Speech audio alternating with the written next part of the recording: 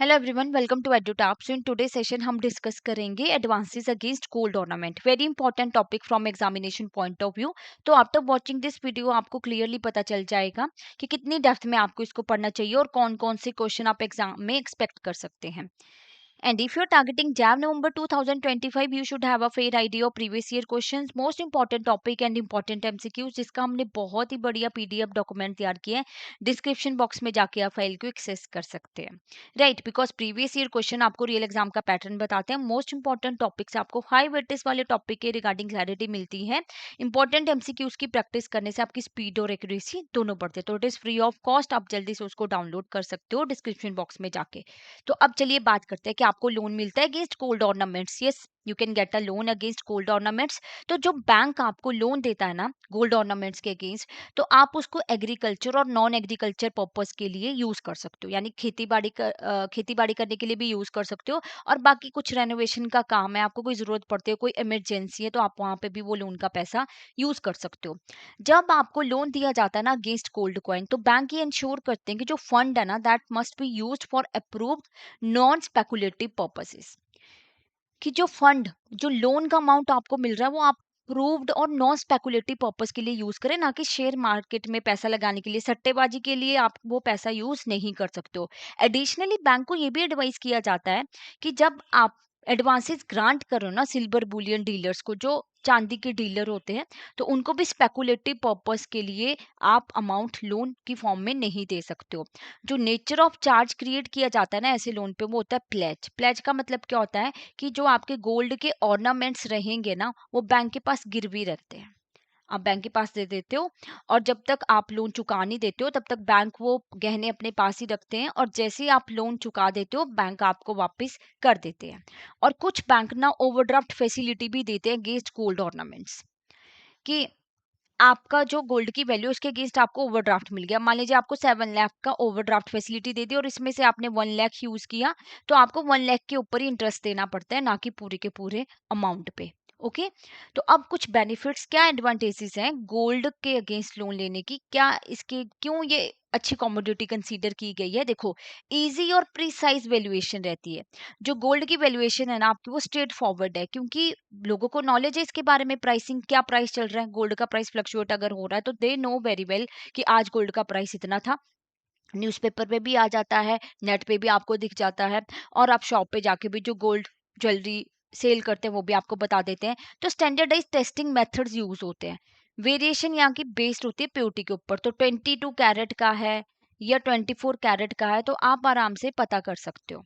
Secure storage है, gold को आपने सिक्योरली स्टोर कर सकते हो, उसमें कोई ऐसी डिफिकल्टी नहीं आती। तो लॉकर्स में बैंक क्या करते हैं, स्टोर कर देते हैं गोल्ड को। गोल्ड ड्यूरेबल है, मतलब it is minimally affected by the environmental condition, पानी, हवा, इन सारी चीजों से ना गोल्ड जो कमोडिटी उसको कोई इफेक्ट नहीं पड़ता, तो उसकी चमक वैसी की वैसी बनी रहती है। पोर्टेबिलिटी, गोल्ड जो है is easy to carry and transport, आप एक प्लेस से दूसरे प्लेस में गोल्ड इजीली कैरी कर सकते हो। मॉडरेट प्राइस वोलेटिलिटी, यानी कि बहुत ज़्यादा इसका प्राइस अप डाउन नहीं होता, कि बहुत ज़्यादा चेंज हो गया, बहुत डाउन आ गया। जनरली हमने जो ट्रेंड देखा है डिकेट्स, पास्ट डिकेट्स की अगर बात करें, तो गोल्ड का प्राइस अप ही गया। आप देख पा रहे होंगे, जब आपके पेरेंट्स ने गोल्ड खरीदा था, आपके ग्रैंड पेरेंट्स ने, तब उसकी वैल्यू कितनी कम थी, और आज का टाइम अगर हम देखें तो गोल्ड की वैल्यू टिपिकली राइज हुई है। तो typically rise during the time of economic और पॉलिटिकल डिस्टर्बेंस। लिक्विडिटी की अगर बात करें, तो गोल्ड को आप इजिली सेल कर सकते हो। जो ज्वेलर जिससे आप खरीदते हो ना, उसी को सेल कर सकते हो, तो वो क्या करते हैं, वापस ले लेते हैं गोल्ड। जो आप मान लीजिए आपने किसी ज्वेलर से खरीदा था, अब उसको बेचना है, आप बेच देते हो, क्योंकि उनको तो बेनिफिट ही हो रहा है ना, मेकिंग चार्जेस वगैरह वो डिडक्ट करते हैं। तो अब डिस्कस करते हैं कि क्या डिसएडवांटेजेस हैं। ओनरशिप वेरिफिकेशन इशू समटाइम्स आ जाता है, कि गोल्ड ऑर्नामेंट्स किसके नाम पे है ये पता लगाना, पर्टिकुलरली इन इंडिया में थोड़ा सा चैलेंजिंग रहता है। क्यों? बिकॉज परचेज इनवॉइसेस अवेलेबल नहीं होती हमेशा। अब मान लीजिए आपके ग्रैंड पेरेंट्स ने गोल्ड खरीदा था और उनके पास वो इनवॉइस ही नहीं है, तो ये पता लगाना कि वो गोल्ड किसके नाम पे था, ये थोड़ा चैलेंजिंग रहता है। वैल्यूएशन चैलेंजेस आते हैं कुछ टाइप की ज्वेलरीज पे, जैसे जो studded, fashion plated, coated jewelleries होती हैं, वहां पे वैल्यूएशन करना डिफिकल्ट हो जाता है। अगर एक सिंपल गोल्ड हुई, गोल्ड ही हो, सिर्फ प्योर गोल्ड हो, किसी के पास रिंग है जो सिंपल प्योर गोल्ड की है, तो उसकी वैल्यूएशन करना ईजी रहेगा, रादर देन कि उस गोल्ड में कुछ स्टड्स वगैरह स्टोन्स वगैरह लगाए गए हैं, तो वहाँ पे थोड़ा वैल्यूएशन करना डिफिकल्ट हो जाता है। प्योरिटी टेस्टिंग लिमिटेशंस होते हैं, नॉन डिस्ट्रक्टिव टेस्टिंग मेथड्स में not provide the precise result for the gold purity. यानी कि अगर आपने गोल्ड की प्रॉपर प्योरिटी जाना है ना, तो उसमें हमें डिस्ट्रक्टिव मेथड यूज करना पड़ता है। किसी की रिंग है सपोज कीजिए, अब इसका कुछ पार्ट जो है ना थोड़ा सा वो काट के जो है ज्वेलर देखेंगे कि कितनी प्योरिटी है, वो एग्जैक्ट मेथड होगा। तो नॉन डिस्ट्रक्टिव मेथड अगर बैंक यूज करते हैं टू नो द प्योरिटी, तो एज पर 100% रिजल्ट नहीं हमें प्रोवाइड करते हैं। डिस्काउंटेड सेल प्राइस, जब भी आप गोल्ड ज्वेलरी को सेल करते हो तो सिग्निफिकेंट डिडक्शन देखने को मिलते हैं जो ज्वेलर आपसे खरीदते हैं। तो इसमें क्या होता है कि जो ग्रॉस वैल्यू मान लीजिए 1 लाख है गोल्ड की, तो हो सकता है कि आपको 95,000 ही मिले, राइट। रिस्क ऑफ लॉस और थेफ्ट तो रहते ही है। अब गोल्ड इतना प्रीशियस ज्वेलरी है, तो आप आजकल आए दिन हम देखते रहते हैं कि चोरी हो गया गोल्ड, राइट। तो इसीलिए इसको हैंडल करना बहुत ज्यादा रिस्की रहता है कि आप एक प्लेस से दूसरी प्लेस पे जा रहे हो, तो बहुत सिक्योर और सेफ वे से आपको कैरी करना पड़ता है। अब कुछ इंपॉर्टेंट एस्पेक्ट्स को डिस्कस कर लेते हैं कि गोल्ड लोन जो होता है ना, that must adhere to policy framed by the bank's board. Bank का जो बोर्ड है वो पॉलिसी अप्रूव करेंगे कि अगर इतने अमाउंट तक की गोल्ड लोन मिल सकता है तो उतने अमाउंट तक ही मिलेगा, चाहे आपकी गोल्ड की वैल्यू ज्यादा भी हो। फिर आता है आपका LTV ratio, loan to value ratio क्या होती है। यहाँ पे जो लोन सेंक्शंस है ना, should not exceed 75% of the value of gold ornaments. अब ये चेंज होगी, ये वैल्यू जो हम डिस्कस करेंगे, आरबीआई ने न्यू रूल निकाले हैं गोल्ड लोन के ऊपर, अभी डिस्कस करने वाले हैं हम उनको। तो जो रेट ऑफ इंटरेस्ट है ना, it depend on the purpose of loan. Agriculture के लिए अगर लोन ले रहे हो तो हो सकता है कम इंटरेस्ट बैंक चार्ज करेगा, किसी और पर्पस के लिए लोन ले रहे हो लाइक बिजनेस में इन्वेस्ट करना है, तो हो सकता है ज्यादा इंटरेस्ट बैंक चार्ज करें। तो loan can not be given against pure gold, raw gold और बुलियन गोल्ड। ठीक है, इनके अगेंस्ट आपको लोन नहीं मिल सकता। ऑर्नामेंट्स के अगेंस्ट, गोल्ड कॉइन के अगेंस्ट आपको मिल सकता है। स्पेशली मिंटेड गोल्ड कॉइन जो होता है ना, जो बैंक सेल करते हैं, उनको आप एज अ कोलेटरल यूज कर सकते हो, बट वहां पे एक कंडीशन है कि जो वेट है ना डज नॉट एक्सीड 50 ग्राम पर कस्टमर। तो ये एक मैंडेटरी कंडीशन है। बैंक्स में set a ceiling for loans against gold jewellery for non agriculture purpose. अब हो सकता है कि जो एग्रीकल्चर पर्पस के लिए जब लोन दिया जाता है, तो उनकी फसल के ऊपर डिपेंड करता है कि अगर अक्टूबर में फसल कटेगी तब उनको पैसा आएगा, तो हो सकता है उनकी इंस्टॉलमेंट उसके अकॉर्डिंग सेट हो। बट अगर नॉन एग्रीकल्चर पर्पस के लिए लोन दिया है, तो फिर बैंक एक सीलिंग सेट कर लेते हैं कि इस टाइम तक जो है आपको अमाउंट पे करना पड़ेगा। अब हम डिस्कस करते हैं ये इंपॉर्टेंट एस्पेक्ट्स को ही, कि जो लोन अमाउंट है अगेंस्ट गोल्ड ऑर्नामेंट्स, ज्वेलरी और क्वाइन जो 50 ग्राम तक के हैं, should be with in a board approved limits. अगर बोर्ड ने डिसाइड किया कि 25 लाख तक की लोन मिल सकता है अगेंस्ट गोल्ड क्वाइन या गोल्ड ऑर्नामेंट्स या गोल्ड ज्वेलरी, तो उतना ही आपको लोन मिलेगा। ठीक है, चाहे आपकी गोल्ड की वैल्यू फिर 50 लाख की क्यों ना हो।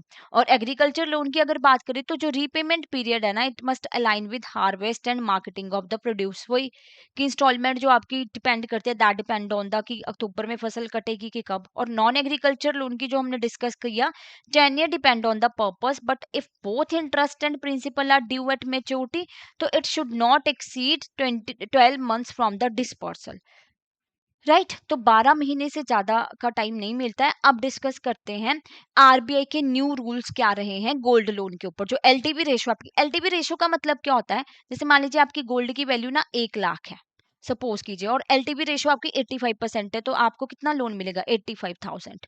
ठीक है, कितना कितना लोन आपको मिलेगा अगेंस्ट द गोल्ड वैल्यू, तो होती है आपकी एलटीवी रेशो। तो ये कुछ न्यू रूल्स हैं। अगर आपकी गोल्ड लोन अमाउंट है less than equal to 2.5 lakh, तो एलटीवी रेशो कितनी है, 85%। अगर आपका अमाउंट है 2.5 लाख से 5 लाख के बीच में, तो 80% तक का आपको लोन मिल सकता है। अगर ग्रेटर देन है 5 लाख से, तो 75%। यानी कि अगर 10 लाख का लोन ले रहे हो, तो 7.5 लाख, अगर 10 लाख का आपका गोल्ड की वैल्यू है, तो आपको उस पे कितना मिल सकता है, 7.5 लाख का लोन मिल सकता है, 75% अगर हम कैलकुलेट करें। 12 मंथ की कैप है bullet repayment loan. Bullet repayment loan क्या होते हैं कि जहाँ पे प्रिंसिपल और इंटरेस्ट ना दोनों पे करना पड़ता है, तो उस पर 12 मंथ की कैप रखी है। अब no credit appraisal below 2.5 lakh loan. तो अगर आप लोन ले रहे हो ना बिलो 2.5 लाख लोन, तो यहाँ पे कोई सिबिल वगैरह चेक नहीं होगा, कोई क्रेडिट अप्रेजल नहीं होगा आपका। यहाँ पे सिर्फ गोल्ड जो आपने डिपॉजिट कराया है उसी को एज अ सिक्योरिटी माना जाता है। और जैसे ही आपका ये आपने लोन चुका दिया, तो faster return of gold after repayment, 7 days के अंदर गोल्ड रिटर्न करना पड़ता है बैंक को। अगर वो नहीं करते तो पेनल्टी लगेगी 5,000 पर डे। वो उनको कस्टमर को पे करना पड़ेगा। और कुछ लिमिट सेट की गई हैं, limit on gold and silver pledge कि कितना आप गोल्ड और सिल्वर प्लेज कर सकते हो। गोल्ड ऑर्नामेंट्स जो है आपके up to 1 kg you can, gold coin up to 50 gram and silver ornaments up to 10 gram and silver coin up to 500 gram. These are the latest new rules by the RBI on gold loan. I hope कि आपको ये अब clear हुआ होगा। So now let me tell you about our courses। जो हमारे courses है they are running simultaneously. तो यहाँ पे जो आप मास्टर कोर्स में एनरोल कर सकते हो और आपके लाइव क्रैश कोर्स पे भी एनरोल किया जा सकता है। तो उसी पे हम देखते हैं कि आप वेबसाइट पे कैसे विजिट कर सकते हो। ये आपको वेबसाइट का लिंक दिया हुआ है www.edutap.co.in। इस नंबर पे आप कॉल करके बाकी डिटेल्स भी पूछ सकते हो। कोई भी आपको डाउट, कोई क्वेरी है, और मेल भी कर सकते हो hello@edutap.co.in। So let's go to the website, how you can go to the website here.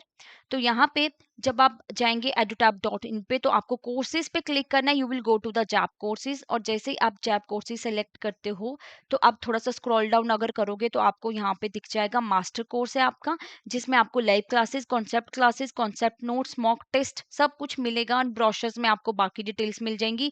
यहाँ पे आपको फ्लैट 75% ऑफ मिल रहा है, तो you have to use a code JAP75 and simultaneously आप सिंगल सिंगल कोर्सेज भी देख सकते हो। एंड हमारा जो है live crash course batch 5 launch हो चुका है, तो आप इसमें भी एनरोल कर सकते हो। यहाँ पे आपको मिलती है live classes, concept note, solve previous year question जो कि बहुत इंपॉर्टेंट होते हैं, chapter wise mock test and full length mock test, right. तो इस पे भी आपको डिस्काउंट मिल रहा है फ्लैट 80% का। तो आपको कोड यूज करना है JAP80 to avail this offer.